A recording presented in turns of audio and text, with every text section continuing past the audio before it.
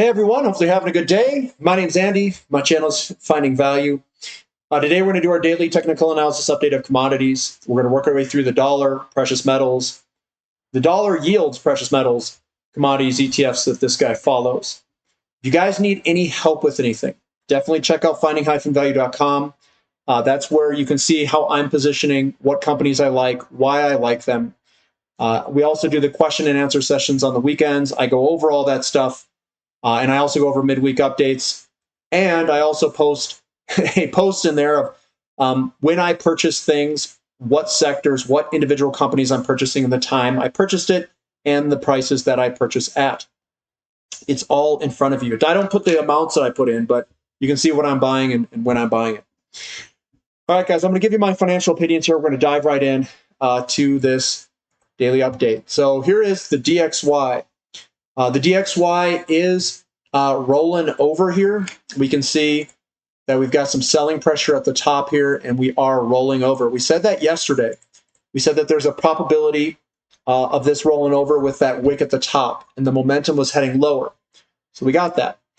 Looking at the DXY, it is mainly a measurement of monetary tightness of the dollar versus the other currencies that it's being measured against and their monetary tightness.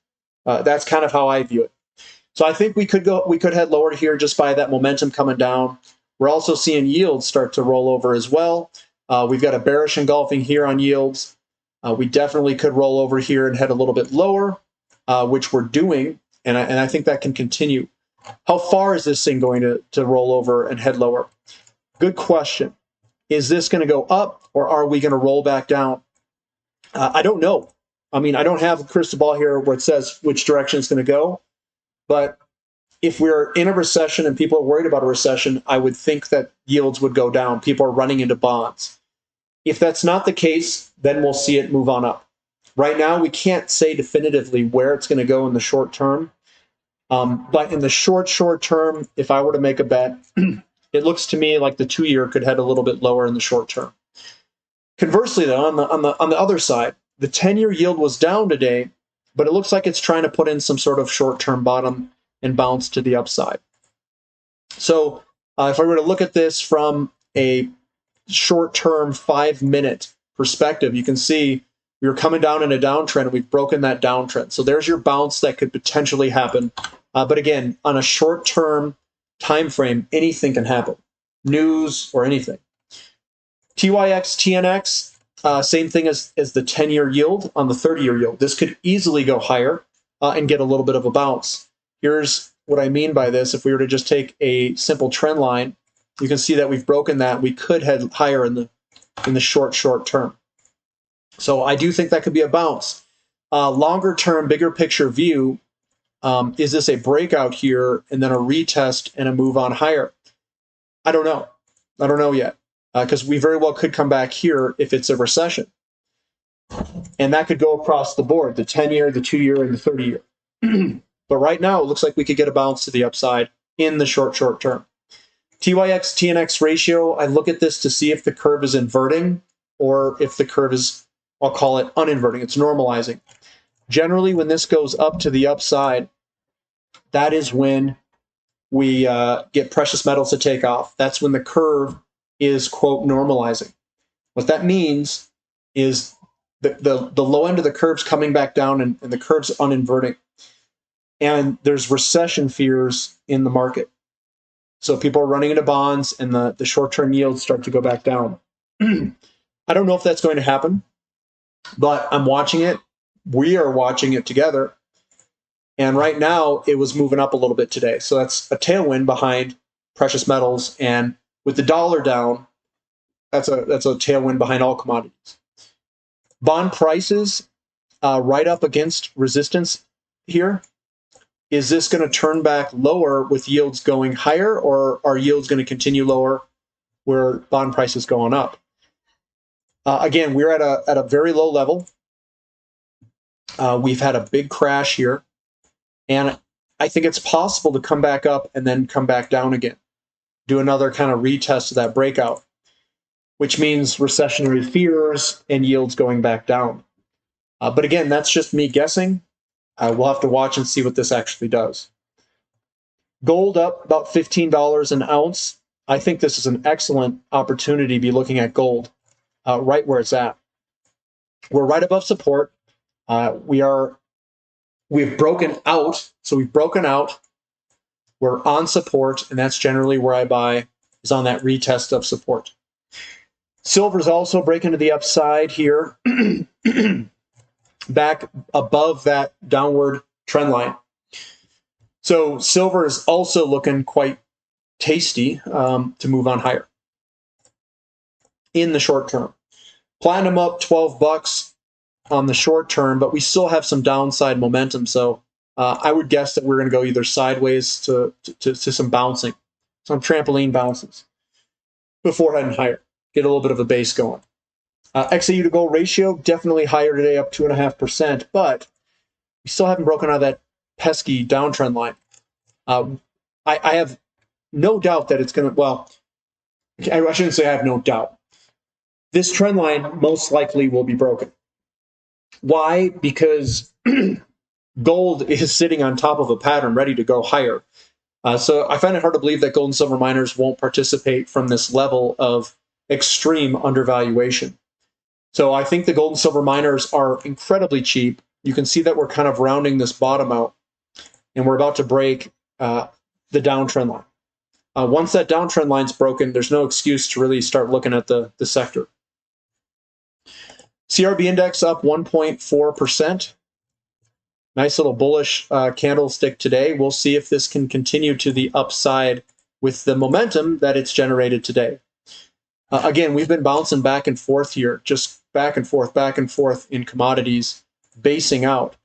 And hopefully we can see a kind of a big run up here in commodities. CRB to S&P 500 slightly lower today, which means the S&P 500 outperformed commodities. And I do think that will be short-lived. I don't think it will be for a very long period, but we could dive a little bit more for a little bit longer, with the S&P putting in what I think is a bull trap in commodities, hopefully bottoming out of the bear trap at some point very soon. GDX ripping it 3.5%. I'm trying to see if this is a bullish engulfing. Looks real close. We'll see if we get continuation on this, but we're still within this pattern here. GDXJ also bouncing quite strongly on the dailies here. That's what it looks like. A little wick at the top, not a huge one, but I always like seeing stuff close at its finishing point, or finish at its closing point. Very strong. No wick at the top. SILJ also up 4.13%. Take a bigger picture view. We're kind of still within this pattern here. Let's do the weeklies here. Let's see what this looks like. On the weeklies, we still got to break back above that resistance line. But we've got good momentum today. We'll see if it continues tomorrow. Crude oil up 3%. Let's see what this thing looks like. It's not a bullish engulfing. It's close to a bullish engulfing. We'll see if we get support here and if we can bounce to the upside. We've had other previous supports down here. That's why all those wicks are on the bottom. So I do think it's strong support, and we could see a bounce. Natural gas, a little bit weaker, down 4.5%. We're still basing out in this thing. I know some people said, oh, we could go negative. And it's possible. It is possible, depending on what the weather does this summer and what the weather does next winter. XOP, yeah, you know me. We're up 0.75%. Are we going to break to the upside here, or are we going to start to grind down to about $100? Why $100? Well, if we look at this, this is an inverted head and shoulders. The shoulder, head, shoulder, and we could scribe out to about $100. It's still a possibility. But right now, we're above support in that little pattern. OIH getting a lot more buying pressure today, looking a lot better. Is this a start of an uptrend? It very well could be. We have to see what other candlesticks come over the next few weeks, and we'll see what it looks like. But we're on support. That's the support line here. And hopefully we can get a good bounce, which we're getting. Sprott Physical Uranium Trust up 1%. It did kind of tap on that 1815 level. It went all the way to 1803 or something like that. We could see a little bit of a pullback here in the short term, but again, I wouldn't be worried about that. It's just a little return move. Could be a little bloody nose or small little down days like this before heading higher. And that's what that wick is. That's a reversal candlestick. So look for a retest here. Look for a retest. Uranium up 7.5%. And we're doing a little turtle head here, guys. We're turtle heading out of this little guy. Very strong day. And what is this called? It's called the Green Army. The Green Army showing up, the big buying pressure, big green candlesticks, closing and opening prices are just massive here. That's the Green Army. This is the base of a move to the upside. Now, we could come back down, do a little retest, or come back down a little bit before heading higher. Don't get too anxious, but we could get a couple of profit-taking days. It's possible. URNJ up 10%, quite strong today. And this does look good to hopefully do a little bit of a blast off to the upside. But we'll see what happens. Again, I'm not trying to play the short term. And I think URNJ is a pretty good ETF to try to play this with. TAN's also getting a bullish engulfing. That looks like it could go higher here. Looks pretty strong. A lot of things are looking strong here. We'll see if it can launch. COPX, this is the copper group. Nice strong day today, about 3.5%. We still got a lot of downside momentum. I got to see that momentum get worked off before heading higher. I think it's going to go sideways or base for a little bit. Lithium putting in a bullish engulfing. That looks good to go higher here, guys. We'll see if we can get some momentum. Still within the big pattern. RMX up 1.96%.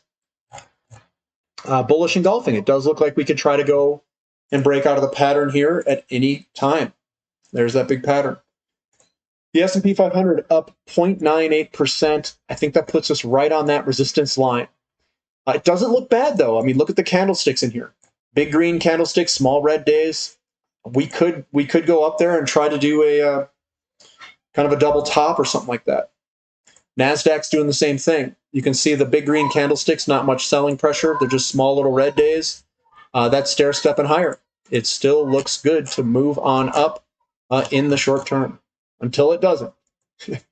Emerging markets getting that 1.78% increase. Again, that DXY getting weaker. Other currencies getting stronger, and emerging markets generally do very well. Same with commodities strengthening. Weaker dollar and commodity strengthening is strengthening for emerging markets. XHB, the home builders, up 1.4%. That still looks good. And within the pattern, we'll see if that thing heads a little bit higher here with a little bit of momentum. Moo's getting a little bit of a bounce. It's a bullish engulfing. Hopefully we can try to put in some work to the upside. This has had a pretty big pullback here. And maybe that's all it can muster. Maybe that's all we can do here. We'll have to see. We'll wait and see. Copper up 1.28%. Looks like we're trying to put in, at least on the weeklies there, a little bit of a bottoming. And we'll see if we can kind of maybe do a head and shoulders bottom there and work our way on up. Again, that's not a prediction. I'm just saying that could be a possibility. Iron ore, looking like it's trying to base out here. I do think this will work its way on higher and grind on up over the long term. Nickel down 2.3%. It's still getting a little bit of selling pressure. It's at a pretty high level. I know inventories are really low of all these base metals. So it's interesting to see how this will play out. But I'm still bullish on all the metals on a long-term basis. Aluminum up 1%. We've broken that downtrend line. Let's see if we can get some momentum to the upside here over the next week or two. Baltic Dry Index getting hammered to the downside. Still putting in that reversal, the retest move. I was going to say reversal move. The retest move still in progress. Newcastle Coal, this thing still needs to base out, guys. Give it some time. Give it some time. We're still above the breakout. There's the breakout. It's going to come back and retest this. Just be patient. Ethereum down a little bit, but still looks good to go higher, definitely. And then Bitcoin down a little bit, but still looks good to go higher. Why do I say that? Big green candlestick. 1, 2, 3, 4. 4 days within that candlestick. That means less selling pressure, more buying pressure. I think that will result to the upside. That's what I've seen in history. Just put it that way. So that's what I've got for today, guys. That's the whole gauntlet there. Is uranium going to take off and just rip it here? I don't know. I'm going to wait and see. I already own them. I already own everything, guys. I already own it all. I'm just kind of waiting and watching. When you buy at these cheap valuation levels and you get your shares, whatever happens, happens. I'm in it for the fundamental camp. I'm in it for the longer term. I think that the valuations are ridiculously cheap for all of these different commodities. I think that when the buying pressure comes, it's going to come fiercely and ferociously, and a lot of people will probably be left out. But all I can do is what I can control in my own portfolio. I'm obviously sharing that with everybody, and my viewpoints may run counter to other people. I don't trade the short term. I buy things for a 5 or 10 year period and then let it ride. It's that easy. And if the valuations are incredibly cheap, I'm going to continue to accumulate until the valuations are overvalued. What I'm doing is I'm hedging everything with time. Apparently, nobody likes that. The volatility will rip you up a little bit if you allocate a little too aggressively to these companies, because a lot of them are very volatile. And that's the way that you have to strategize and set up your portfolio strategy. It doesn't mean that you put everything in the most volatile stuff. If you do, you better be ready to ride these big volatile ups and downs in the short term. But everything looks good as far as I can tell if we get weaker dollar and weaker currency, or weaker interest rates. So weaker currency, weaker interest rates, I think precious metals is going to start to take off here. They generally move before the rest of the sectors, but they could all move up together. We've seen that a lot with wave 3 moves. In the middle of a bull market, we see all the commodities kind of move up together, which is great if you've got some of these in there in your portfolio and you're kind of diversified across. If they all start moving up together, could amplify returns. But let's hope that's the case. Let's hope that we're at the beginning of wave 3 and this is starting to get, moving to the upside. And let's hope that uranium can rip it. Why not, right? We've been waiting long enough in this consolidation period for about a year and a half. Let's hope that we can rip it here. Let's watch it together. And click subscribe if you guys want to watch it with me. And if you want to join the website, that's fine too. You can join our community. It's at finding-value.com. We do have a question and answer session at 5 p.m. on Sunday. You guys can ask me whatever questions over Zoom directly. And I don't try to side skirt anything. I'll answer it with everything that I know. And we do look at a lot of charting. We do go over a lot of stuff. I do rant a little bit sometimes, and I also give you my experience. And a lot of the times when I go into some of these, I know a lot of people struggle to hold on. And what I'll tell you is it's part of the game. You just have to learn it. And no one's going to buy the absolute bottom. So at some point, you'll be down to some degree in some company, and you got to know why you purchased that company. You got to have a strategy. You got to figure out, why do I own this company? What is my objective here? Have I sized it up properly? You have to ask yourself all those questions. And if you size things pretty proper and you get your emotional psychology kind of worked out and you can handle the volatility, then you're going to be properly sized for what you can handle. But what gets even harder is when your account values get even bigger. I think it's harder to manage that because the absolute, the value of your portfolio, given the volatility, goes up and down even more. If it gets big enough, you could have, up and down days of tens of thousands of dollars, $50,000, $60,000 a day. And you could have pullbacks that are 20, 30%, which could be, $1 million+ dollars. It's just the way it is when your account values get large enough. So you have to kind of emotionally grow with your portfolio and psychologically kind of prepare yourself as your portfolio grows. All right, guys, that's what I've got for today. Thumb up for the content, subscribe to the channel, and we'll catch you guys later. This is Finding Value.